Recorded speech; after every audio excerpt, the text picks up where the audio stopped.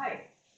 Thanks for joining us at the virtual open house for the Engineering Education System and Design Program. Glad to have you here. Today, the webinar, the virtual open house, is going to have about 4 parts. We're going to kick off with a conversation with Dr. Ann McKenna, who's the director of the Polytechnic School here, which is the organizational unit that houses our program, and she's also a faculty member in our engineering education program.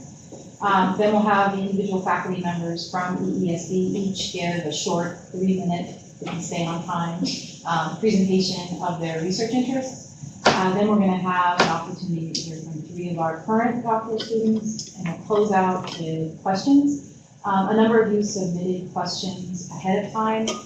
We're prepared to answer those questions, and also I want to encourage you to feel free to submit questions in real time as the webinar is going on. I think there's a place in the lower right-hand corner of your screen where you can type in questions, and we'll be very happy to answer those at the end as well. So we'll kick it off. With me is Dr. Ann McKenna. Hello, Ann. Hello, how are you? Good. We're going to ask Ann some questions about ASU and about our program. So I'll start by pointing out that our EESD program is housed within Fulton Schools of Engineering here at ASU. Could you tell me a little bit about ASU and about the Fulton Schools of Engineering? And then even more specifically, what is it like to be part of that community and as an engineering education researcher here? Sure, I'm happy to, and thank you all for joining us today. So starting with Arizona State University and a little bit about what the environment is like here at ASU. So we are, I think folks know of us as a large institution, but I think that isn't the full story about ASU. There are a few things that are core to our mission as an institution, and one of them is access. Another is excellence, and another is inclusion. And so when we think about that mission of the institution, that filters down throughout everything that we do. And so those 3 qualities really do connect into what we're trying to do in terms of advancing education, advancing scholarship within the EESD program. A couple of other things about ASU that is also indicative of the culture here within the school. Entrepreneurship is a design aspiration of the institution, community engagement, youth-inspired research, several other things that define the approach that we take to the work that we do. In particular, another element that we pay a lot of attention to within the program is a systems level view of engineering education. We think of ASU as a very dynamic ecosystem of perspectives and ideas and approaches. That is what we try and leverage within the program, so that when we think of anything that we might do in terms of advancing engineering education, we're very intentional about identifying all aspects of the system within which any of those advances might happen, and taking those into account. And so those are some of the bigger picture ideas of what ASU is like as an institution. Within ASU, as Jennifer mentioned, we are part of the Fulton Schools of Engineering, and thinking of that as a subsystem within ASU, even that is a complex but collaborative community, where we are within the Polytechnic School, but we interact very frequently with our colleagues across the different schools. There's 6 schools in the Fulton Schools, and we're one of them, and there's lots of collaborations and support across all of those schools. And really it's that interdisciplinary approach that is something that we are very aware of and try and advance in terms of the kind of work that we do. And the most complex problems require multiple disciplines to develop solutions, and we try and work together as best we can on those types of problems. Okay. So as far as, we're also one of the larger engineering programs in the country, right? Can you talk about some of the advantages that might provide someone as an engineering education researcher? Sure. So if we think about the size and scale of the Fulton schools, there are, and I'll just give some numbers. So there's over 20,000 students within the Fulton schools. I'll just start there. So if you're thinking of something that would take place within an academic environment in the field of engineering, that's quite a wonderful test bed to draw on in terms of advancing some of those ideas and collecting data. Another is we are a very innovative institution, and so that also speaks to our approach to education. We're very project-based. We value innovation. We're always looking at ways to develop new kinds of programs, including online education. So if there is interest in any type of educational activity, we have it within the Fulton schools. And so that kind of access to faculty, to students, to curricular reform, to transformative ideas, there's an opportunity to make that happen here. We also have a number of international partnerships, right? You want to talk a little bit about KEEP and Plus Alliance? Sure. The Plus Alliance is very timely. So that is a partnership between 3 institutions, University of New South Wales in Australia, King's College in England, and the third, Australia, England, and us. Yes. Thank you. So we have an audience here, which is a good thing. So yes, us. So it's that third person. It's that third group. One of the things that we're working on is what can we do in the context of that partnership that those institutions could not have done on their own?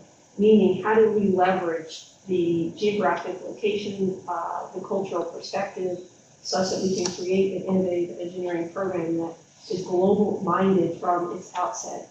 And so we're working together with those institutions, and so that's a Plus Alliance, among other things, within that alliance.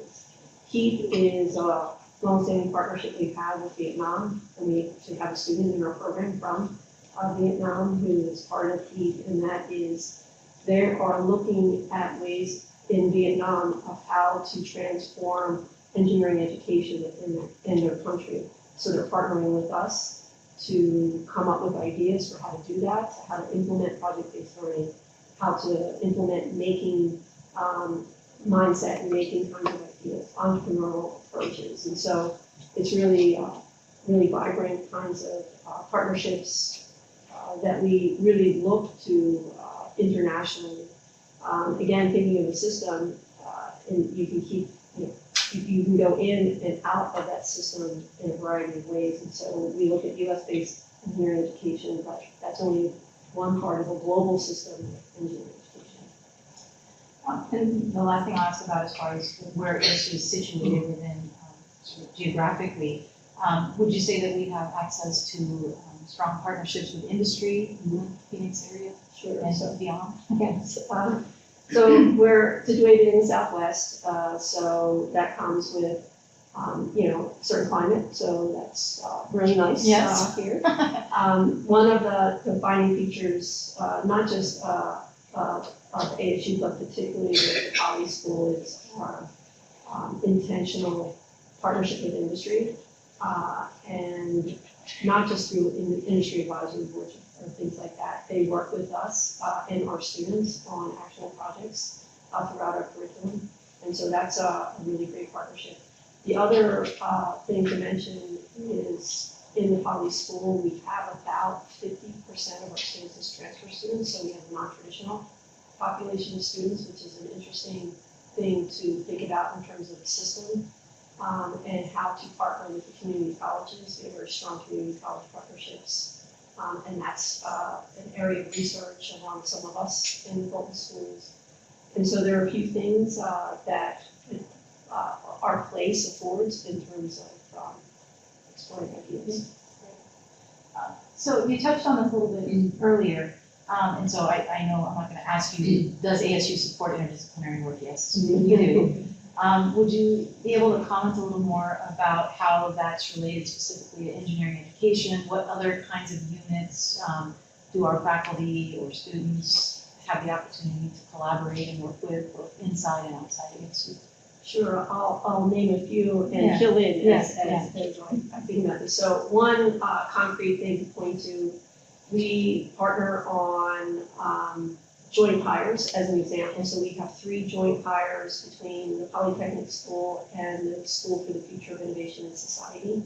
And so within that school, SIS for short, they are very much focused on future thinking, obviously, but are from a policy perspective.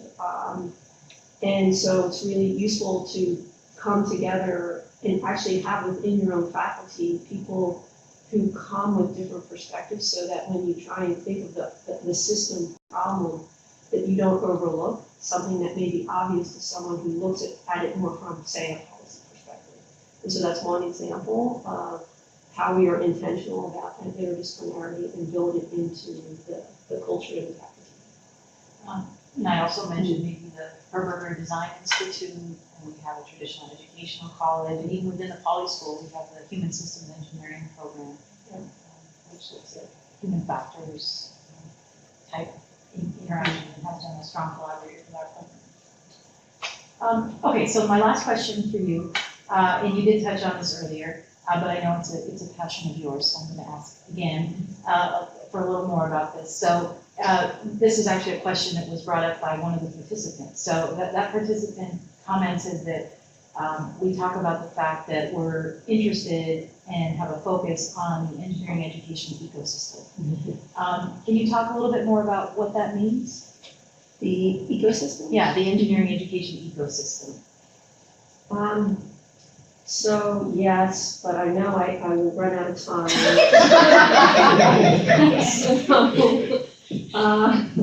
So I've thought about this in a lot of ways and how to say this in a way that's not super obtuse and abstract. So I'll start with the student.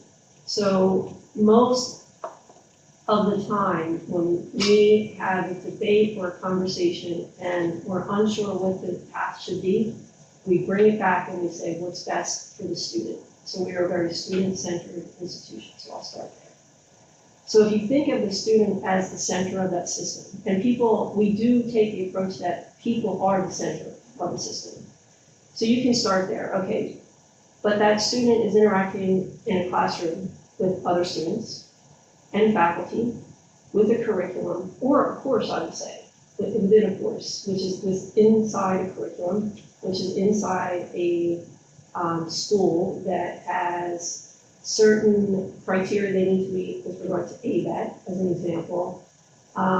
There are faculty who are doing research and we have undergraduate research initiatives, so those students may be involved in activities related to research, or they may be involved in activities within sports, or they may be involved in activities that are extracurricular. And so you start at the student and then you keep building out. All of those are components of the system. So if you're trying to study something within a classroom related to students, there are all those other things that are factors. Yeah. The university is situated within a society. Yes, exactly. Yeah, great. Thank you. I couldn't resist asking. Okay, so we're going to transition now to